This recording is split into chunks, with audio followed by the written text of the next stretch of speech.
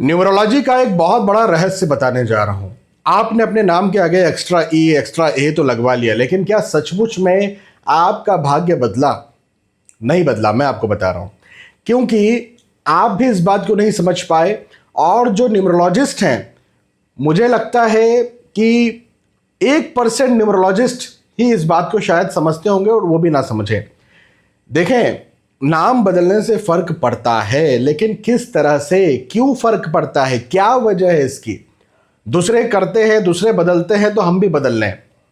नहीं जी, ऐसा नहीं है। मैं आपको समझाता हूं इसका साइंटिफिक रीजन।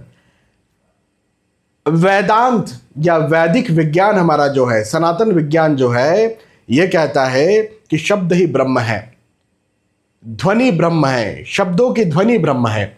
ओम, ये ब्रह्म है। यदि आप वेदांत को और गहराई से पढ़ेंगे तो अ ब स ये सारे अक्षर जो हैं वो ब्रह्म के नाम हैं। हाँ जी, वेदांत की गहराइयों में आपको ये मिलेगा। तो जब आप अपना नाम बदलते हैं तो उस शब्द की ध्वनि बदलना चाहिए, और जब शब्द की ध्वनि बदलती है तो ब्रह्मांड में आप अपने लिए एक नई ध्वनि को पैदा करते हैं। देखें, आप जीवन भर ढेरों सारे शब्द कहते हैं, लेकिन आपका नाम सबसे ज्यादा मुख्य है उन शब्दों में।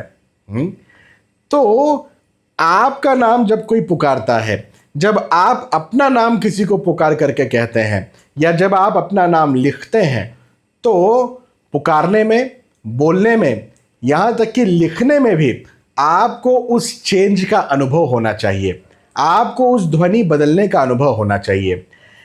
आप आधार कार्ड में, किसी ने बताया देखो नाम बदलने से कुछ नहीं होता, आधार कार्ड में भी करवाना पड़ेगा, पैन कार्ड में भी करवाना पड़ेगा, और इत्यादि। हाँ ठीक है, मैं इस बात से सहमत हूं, करवाना पड़ेगा। लेकिन आप पहले तो यह समझो, क्या ध्वनि बदली?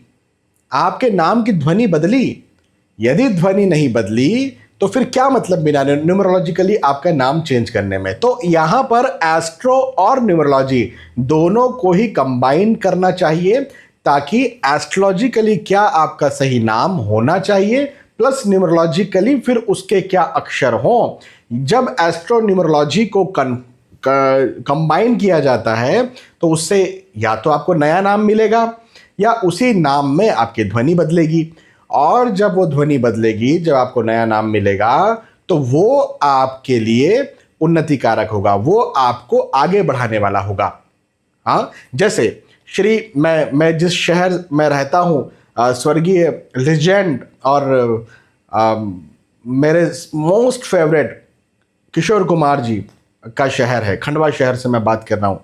उनका जो पहले नाम था वो किशोर नहीं था, वो तो आभास था, आभास गांगुली।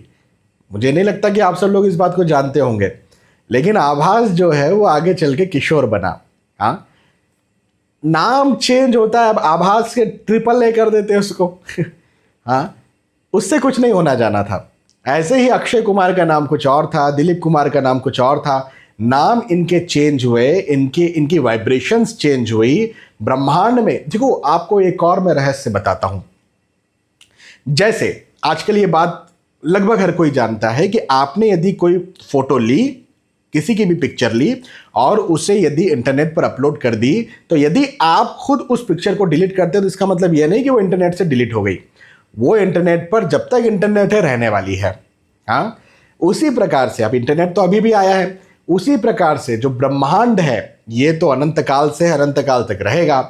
आपके जो शब्द हैं वो भी यहाँ पर स्टोर हो रहे हैं, ध्वनियाँ स्टोर हो रही हैं, और ये भी अनंत काल तक रहेंगी, रहेंगे। इसलिए तो नाम उच्चारण किया जाता है ना, सीताराम सीताराम सीता, राधा राधा राधा राधा।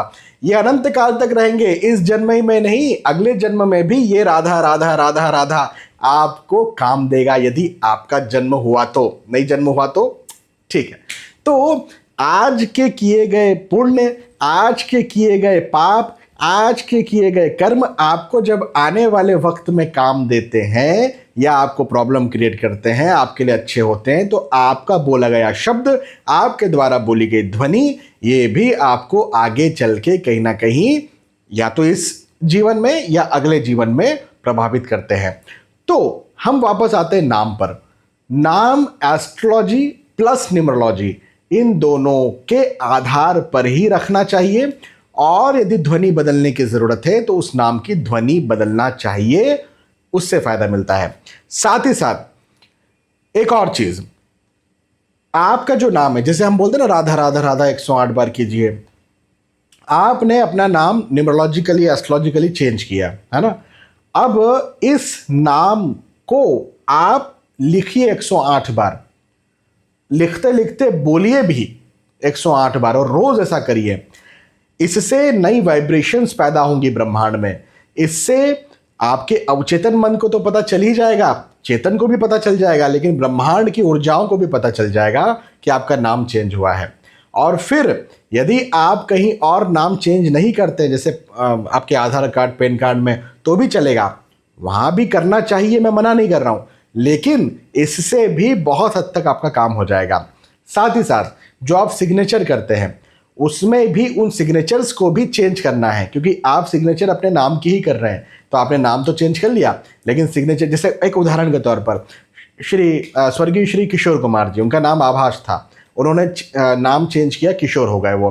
तो अब वो आभास लिखते या ए करके कुछ ऐसा कर देते, नाम तो किशोर था, तो उन्होंने सरनेम भी चेंज किया। उसके बाद में उनको प्रोग्रेस मिली, बहुत उन्नति मिली।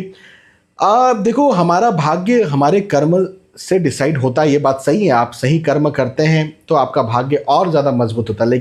लेकिन आपके ऑफिस में ऐसे भी लोग होंगे जो कर्म नहीं करते हैं, उसके बावजूद भी उनको इंसेंटिव्स मिल रहे हैं। ऐसे बहुत सारे लोग ऑफिस में नहीं, आसपास देख लीजिए, जो बिल्कुल एड़े बन के पेड़े खा रहे हैं।